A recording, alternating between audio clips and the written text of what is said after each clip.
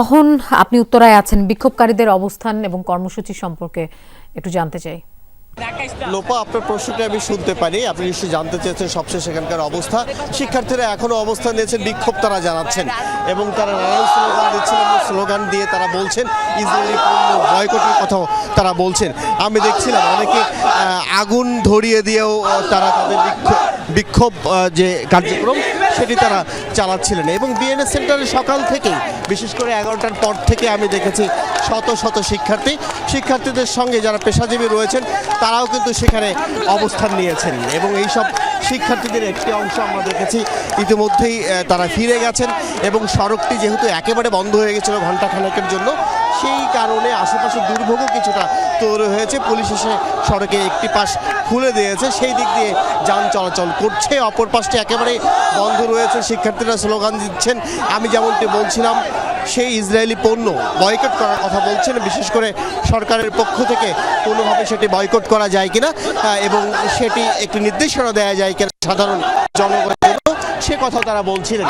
এবং আমরা বিশেষ করে নারী শিক্ষার্থীরাও এখানে অংশ নিয়েছেন, সেই নারী শিক্ষার্থীরাও একই কথা বলছিলেন। কোনোভাবেই তারা হয়তো সরাসরি এই যারা প্যালেস্টাইনে এই নির্মম বর্বরতার শিকার হচ্ছেন তাদেরকে সহযোগিতা করতে পারবেন না সরাসরি, তবে তাদের এই চাওয়া, তাদের এই দোয়া, তাদের এই স্লোগান যেন হাজার মাইল দূরে সেই সব নিষ্পেষিত বর্বরতার শিকার হওয়া সেই সব মানুষের কাছে পৌঁছে যায়, তেমনটি তারা চাইছিলেন। এবং আমি এমনটিও বলছিলাম, আশেপাশে বেশ কিছু শিক্ষা প্রতিষ্ঠান রয়েছে, সেই সব শিক্ষা প্রতিষ্ঠানের শিক্ষার্থীরা যেমনটি এসেছেন, শিক্ষকরাও অংশ নিয়েছেন। আশেপাশে যেসব ব্যবসায়ী রয়েছেন সেই ব্যবসায়ীরাও অংশ নিয়েছেন।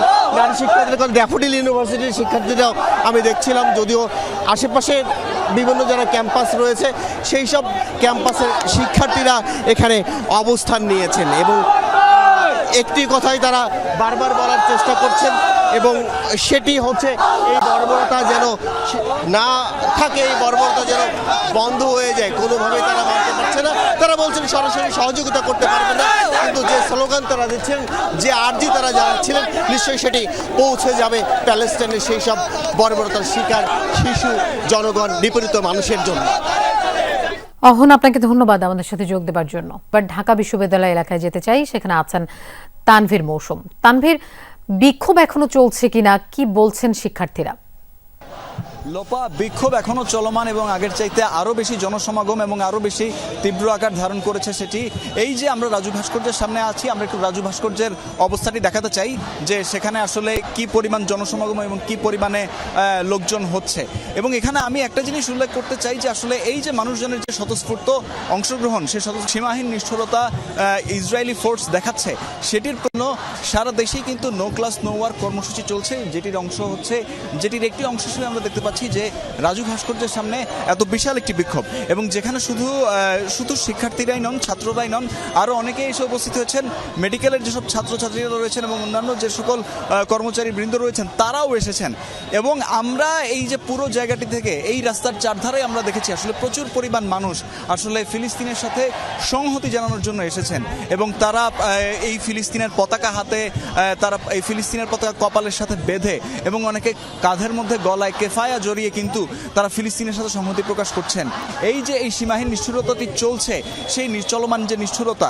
এবং এখানে আরেকটি বিষয় উল্লেখ করতে চাই যে আমরা আসলে দেখেছি যে রমজান মাস চলাকালীন এবং ঈদের পর ঈদের সময়, এই সময়টিতে আসলে আমরা আরও দেখেছি যে আসলে ইসরায়েলি বাহিনীর যে ভয়ঙ্কর নৃশংসতা সেটি কিন্তু আসলে সময়ের সাথে পাল্লা দিয়ে বেড়েই চলেছে। এবং এখন যে নৃশংসতাটি আমরা দেখতে পাচ্ছি সেটি কিন্তু অতীতের যে কোনো সময়ের চেয়ে তীব্র। এবং এই যে তীব্র যে গণহত্যাটি চলছে এবং যে গণহত্যা, তার বিরুদ্ধেই আজকের এই অবস্থান।